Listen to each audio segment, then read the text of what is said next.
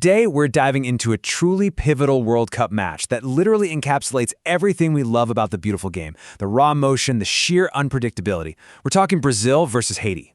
Now, on the surface, this matchup might seem, well, pretty straightforward, right? But it actually unfolded into this completely contrasting tale of two halves, with two teams bringing entirely different narratives into the exact same 90 minutes.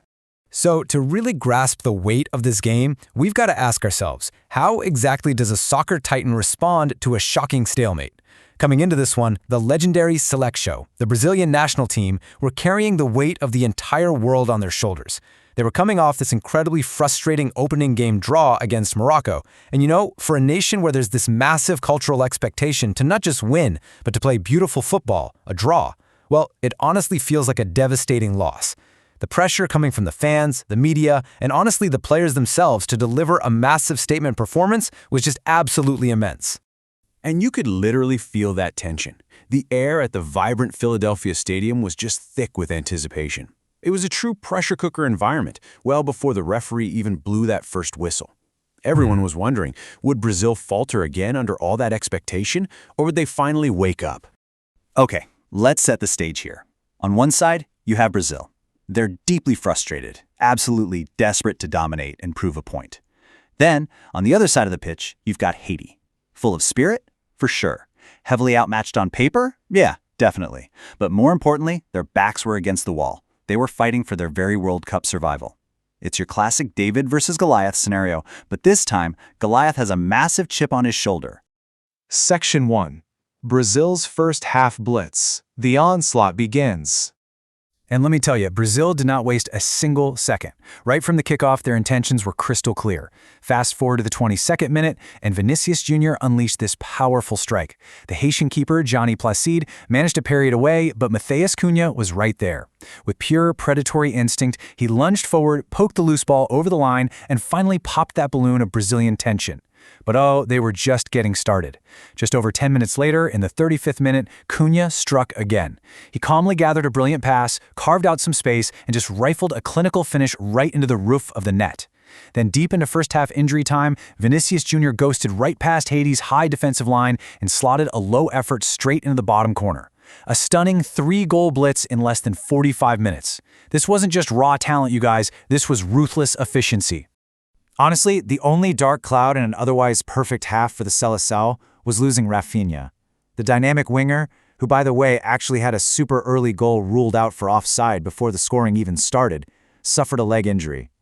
Having him forced off the pitch early definitely throws a slight wrench into Brazil's tournament mechanics moving forward. Moving on to Section 2, Haiti's proud pushback and a second-half resurgence. So picture this. We go into the locker room at 3-0. Historically, this is the exact moment where underdog teams just fold, right?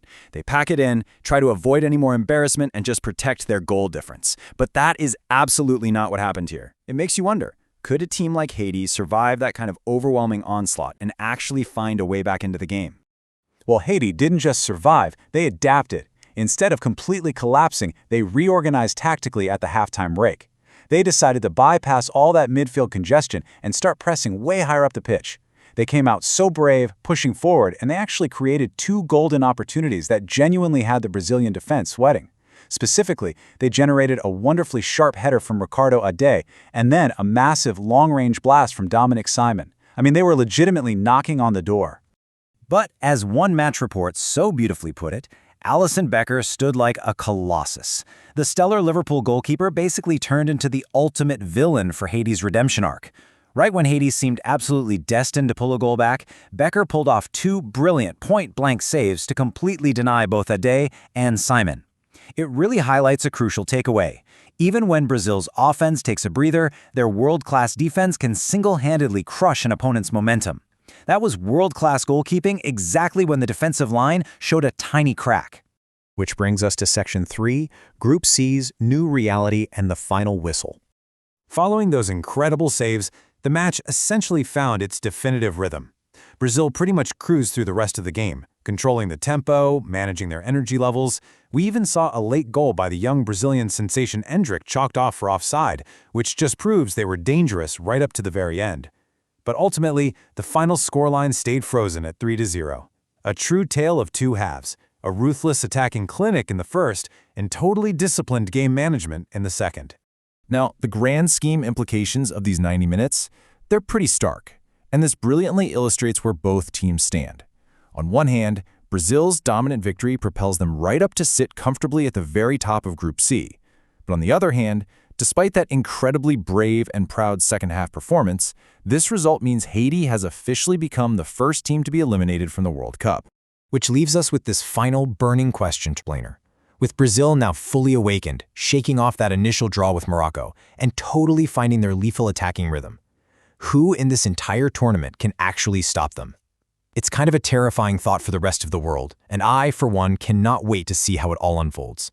Thanks so much for joining me on this deep dive, and keep learning.